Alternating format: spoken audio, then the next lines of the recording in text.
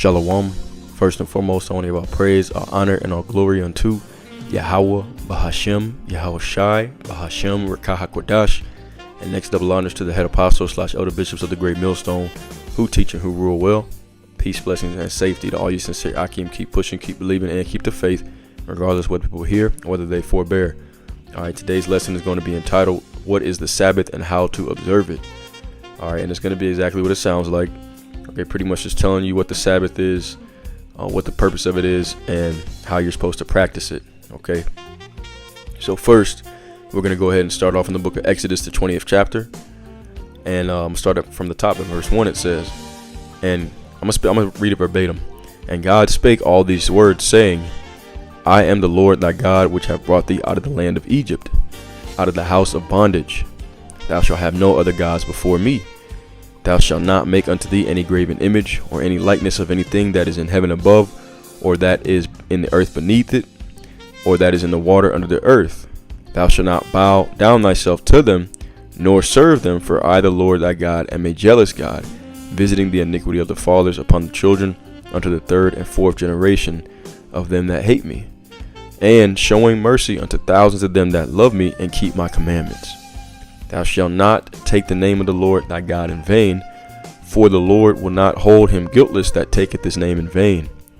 Remember the Sabbath day to keep it holy. That's the whole topic of this video. Okay. Exodus 20:9. It says, 6 days shalt thou labor and do all thy work, but the seventh day is the Sabbath of the Lord thy God. In it thou shalt not do any work, thou nor thy son, nor thy daughter, thy manservant, nor thy maidservant, nor thy cattle, nor thy stranger that is within thy gates. For in 6 days the Lord made heaven and earth, the sea, and all that in them is, and rested the seventh day. Wherefore the Lord blessed the Sabbath day and hallowed it. Okay, so the seventh day is a day of rest. All right, that's the purpose of it, because especially now we live in a society where working yourself to death is glorified. Okay, people, they have a saying in the world, 25/8. When there's only 24 hours in a day, 7 days a week, but they say 25/8. Pretty much saying, hey, we keep it pushing, we don't never stop. All right, but that's not unhealthy. I feel like that's not healthy. It is unhealthy, and it's against the scriptures. All right, the Lord gave us a day to rest, to replenish ourselves. Okay, and that Sabbath is extremely important. All right, you got to refresh your body to keep it healthy. All right, Esau, the reason why that has been pushed is pretty much to keep you a zombie and to keep you, a slave to his system. All right, that's why you have that mindset. The scriptures tell you labor not to be rich. Okay, Proverbs 23:4. So, that's the whole purpose of the Sabbath day. Is that one day of rest. Okay, where the Lord, he wants you to be able to rejuvenate and focus, maybe spend time with family, study, whatever it is. Okay, as long as it's lawful. He gave certain stipulations on how to observe it properly. All right, so that's what we're going to go into next. We're going to go to the 35th chapter. Exodus chapter 35 and verse 1. It says, And Moses gathered all the congregation of the children of Israel together, and said unto them, These are the words which the Lord hath commanded, that ye should do them. 6 days shall work be done, but on the seventh day there shall be unto you an holy day, a Sabbath of rest to the Lord. Whosoever doeth work therein shall be put to death. It says, verse 3, Ye shall kindle no fire throughout your habitations upon the Sabbath day. Okay, and that's really, going into cooking. Okay, you're not supposed to cook on the Sabbath day, and we're going to get that in the next verse that we're going to go to. All right, but the Lord, he wants you to take it as a day of rest. So you're not even supposed to cook. You're not supposed to buy, sell. All right, there's different stipulations on that. And we're gonna, like I said, we're gonna get all these scriptures. So it says, Thou shalt kindle no fire, all right, throughout your habitations upon the Sabbath day. And then once I said, that's really going to cooking. So let's go ahead and get that right quick. Exodus the 16th chapter. Exodus 16. Salakia. I don't know why the letters are so big. Okay, there we go. Exodus 16 and verse 23 is what we're gonna head to. Okay. All right, it says, And he said unto them, This is that which the Lord hath said, Tomorrow is the rest of the holy Sabbath unto the Lord. Bake that which ye will bake today, and seethe that ye will seethe, and that which remaineth overlay up for you to be kept until the morning. Okay, it says, and they laid it up till the morning as Moses bade, and it did not stink, neither was there any worm therein. And Moses said, eat that today, for today is a Sabbath unto the Lord. Today ye shall not find it in the field. 6 days ye shall gather it, but on the 7th day, which is in the Sabbath, in it there shall be none. Okay, so you're not supposed to gather either, and which is a form of working. And it came to pass that when there went out some of the people on the 7th day for to gather, and they found none, and the Lord said unto Moses, how long refuse ye to keep my commandments and my laws? See, for that the Lord hath given you the Sabbath, therefore he giveth you on the 6th day the bread of 2 days. Abide ye every man in his place, and let no man go out of his place on the 7th day. So the people rested on the 7th day. Okay, there you go. So he said, the Lord giveth you bread for 2 days. All right, so you're supposed to do all your cooking and gathering and everything. You know, if the Sabbath falls on Friday evening, okay, you're supposed to do all your cooking and everything and your gathering on Thursday, okay, or that Friday morning before the sunset. And I'm going to go into how to observe it and all that. All right, I'm going to go into how to observe the Sabbath and all that. But yeah, I just wanted to bring that out. So no cooking, all right, no work. All right, you're supposed to just spend the day resting and relaxing. Instead to stay in your place. Also, you're not supposed to buy and sell. All right, let me see if I can find that script right quick. All right, this one I got to search up because I don't know exactly where it's at. Where is that at? Slack it, bear with me. Okay, Nehemiah 10 and 31. That's what it says. So let's go there. All right. Nehemiah chapter 10 and verse 31. And if the people of the land bring ware or any victuals on the Sabbath day to sell, that we would not buy it of them on the Sabbath or on a holy day, and that we would leave the 7th year and the exactation of every debt. All right, now that's not exactly what I was looking for, but I mean it's kind of implied as well because you know we read that you're not supposed to leave your houses. All right. Okay, let's see.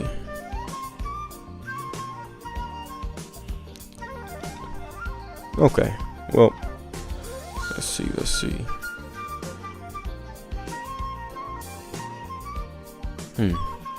Can't find the script. That's okay though. It's kind of implied with the last one that we read that you're not supposed to leave your houses. All right, let me see. Let's go back to Exodus 31st chapter.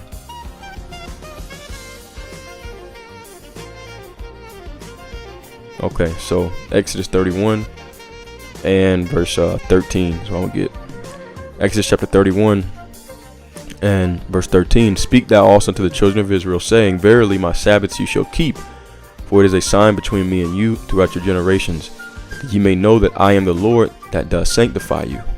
Ye shall keep the Sabbath therefore, for it is holy unto you.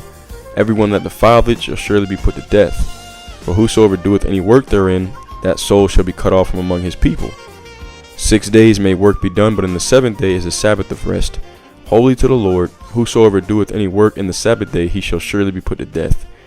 Wherefore the children of Israel shall keep the Sabbath, to observe the Sabbath throughout their generations, for a perpetual covenant. Okay. So the Lord gave us this. All right, He gave it to the children of Israel as a perpetual covenant unto Him. Okay, and that's really the reason why the heathens, they don't know how to keep it correctly, because it is for the Israelites. All right, and the reason I say that is because for the most part, people of the world think that the Sabbath is either Saturday or Sunday, and that's because if you worship, if you hold the Sabbath on Saturday, people don't know that, but the days of the week are named after pretty much planets. Okay, because the heathen nations, they have always been into idol worship.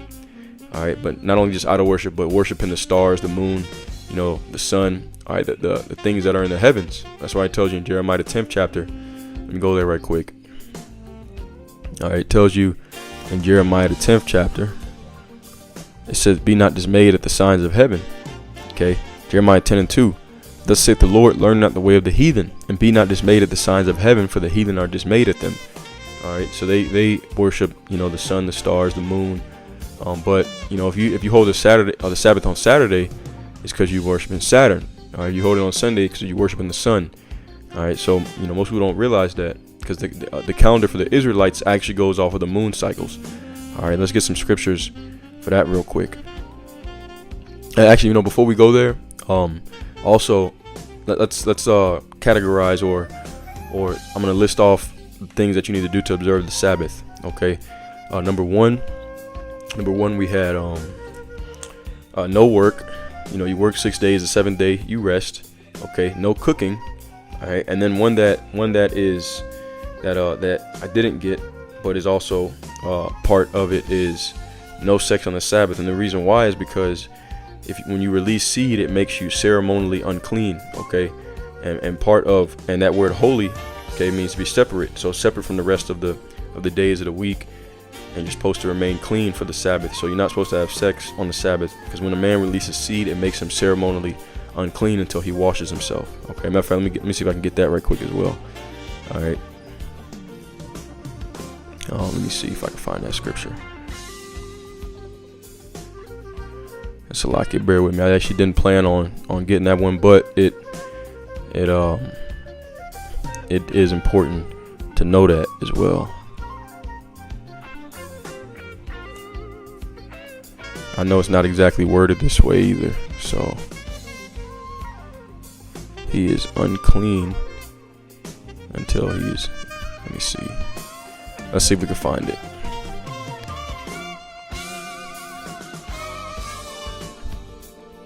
Okay, tells you Leviticus 15 and 16. All right, so let's see. Okay, Leviticus 15 and 16. And if any man's seed of copulation go out from him, and copulation is sex, then he shall wash all his flesh in water and be unclean until the even. Okay, so so you're not supposed to have sex on the Sabbath because it makes you unclean. All right, and it's supposed to be a day to be holy. All right, part of being holy is be clean, separate from the rest of the days. Okay, so I just want to bring that out, and I'll put it on the screen, a list of the different ways to observe the Sabbath, including this one as well. But anyways, as I said before, let's go to the part where I was speaking about the calendar for the Israelites. It actually goes off of the moon cycles. All right, let's get Genesis, the first chapter. Genesis chapter 1 and verse 14. It says, "And the Most High said, Let there be lights in the firmament of the heaven to divide the day from the night, and let them be for signs and for seasons and for days and for years." Okay, so the lights in the firmament, what is that? You have the sun, but it doesn't go off the sun, it goes by the moon. Okay, the sun was for the greater light, and the moon for the lesser light. Okay, let's get Psalms 104. Psalms, the 104th chapter, and verse 19. It says, "He appointed the moon for seasons, the sun knoweth his going down." Now with the sun, you could tell what time of day it is by looking at the sun and which direction it's pointed, because so that's what the sun is for. All right, the sun is the highest, I believe, around 3 p.m. in the middle of the day. That's when the sun is the highest. But then the sun, it rises in the east and it sets in the west. That's a way he could tell, what time it is, and also direction. Okay, what direction you're facing by looking at the sun. All right, so that's but the moon is what's appointed for seasons. Okay, for seasons and weeks and months. That's where you get the word month from. It comes from the word moon. All right, let's go to the book of Sirach, also known as Ecclesiasticus, in the Apocrypha, chapter 43, verse 6. It says, "He made the moon also to serve in her season for a declaration of times and a sign of the world. For the moon is the sign of feast, a light that decreaseth in her perfection. The month is called after her name, increasing wonderfully in her changing, being an instrument of the armies above, shining in the firmament of heaven." Okay, so that's why he created the moon. Okay, it's a sign for seasons, all right, for feast, all right, and also for declaration of times and for the Sabbath. Okay, the new moon signifies the month, the new month, Salakia, and the weekly Sabbath. All right, so let's go ahead and prove that right quick. And with us coming into the Sabbath, all right, which was the double Sabbath this week, with us coming into the Sabbath, this is a good lesson I figured I'd go into, because there's a lot of confusion on this topic. And I actually had a guy come by the camp after I got done preaching, and he was questioning me about that. So I gave him the correct understanding of how to tell when the Sabbath is. Okay, this is Ezekiel. It's like Ezekiel chapter 46 and verse 1. It says, "Thus saith the Lord God, the gate of the inner court that looketh toward the east shall be shut the 6 working days, but on the Sabbath it shall be opened, and in the day of the new moon it shall be opened." Okay, so the Sabbath is told by the new moon. Okay, and I'm going to go into what a new moon is exactly, because it's not a full moon. There's a lot of confusion on that. All right, a new moon is an empty moon, which I'm going to show you. But this is Isaiah chapter 66, verse 23. All right, one more example of the new moon being, of the Sabbath being on a new moon. Excuse me, Isaiah 66 and 23. "And it shall come to pass that from one new moon to another, and from one Sabbath to another, shall all flesh come to worship before me, saith the Lord." All right, so and if you type in that word new moon, all right, it always shows the new moon is associated with the Sabbath. Okay, so a matter of fact, we can do that right quick. All right, I'll type in the word new moon, and you'll see that multiple verses, all right, that tell you it's always associated with the Sabbath. Okay, let's see. All right, 2 Kings 4 and 23. "And he said, wherefore wilt thou go to him today? It is neither new moon nor Sabbath." All right, 1 Chronicles 23 and 31. "And to offer all burnt sacrifices unto the Lord in the Sabbaths, in the new moons, and on the set feast." All right, so they're always tied together. Okay, 2 Chronicles 2 and 4. "Behold, I build an house to the name of the Lord my God, to dedicate it to him, and to burn before him sweet incense, and for the continual shewbread, and for the burnt offerings morning and evening, on the Sabbaths and on the new moons, and on the solemn feast of the Lord our God. This is an ordinance forever to Israel." All right, you see that? It just keeps on. If you type in new moon, it's going to keep coming up, putting it and linking it with the Sabbath. Okay. Psalms 81 and 3. "Blow up the trumpet in the new moon, in the time appointed, on our solemn feast day." Isaiah 1 and 13. "Bring no more vain oblations. Incense is an abomination unto me, the new moons and Sabbaths." Okay, so it just keeps on, going on, and then also in the Apocrypha as well. All right, Hosea 2 and 11. "I will also cause her mirth to cease, her feast days, her new moons, and her Sabbaths, and all her solemn feasts." So why is new moon mentioned with the Sabbath over and over? Because that is how you tell. All right, that is how you tell when the Sabbath is coming. Okay, and also once again the beginning of the month. So now what we're gonna do is I'm gonna show you. Let's see. Let's go here. I'm gonna show you how to examine it. Okay, matter of fact, we'll start with the month of July. Okay, we'll use them because we're in August now, but it just passed, and the calendar we use is different than the calendar that we use is different than the one that the Israelites use. Like I said, the new month really starts with the new moon. But so in the month of July, it tells you, right, the new moon occurred on Tuesday, July 5th. All right, let me see. Wait, hang on, that don't sound right though. Give me one sec. Let me take a look, cause I know on my page I announced the new moon. Let me see. So it had to have been way back. So like, bear with me. Okay, yep. Actually, it was, yep. So Wednesday to Thursday Eve. Oh, that was June. Salakia. Let me see. Okay. So July. All right. Okay, so July 5th, Friday to Saturday Eve. Something ain't right though. Hang on. July 5th. Something ain't right. Let's look at the calendar. Oh, Salakia.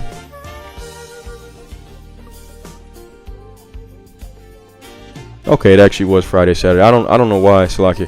I don't know why it says that. I don't know why it says Tuesday.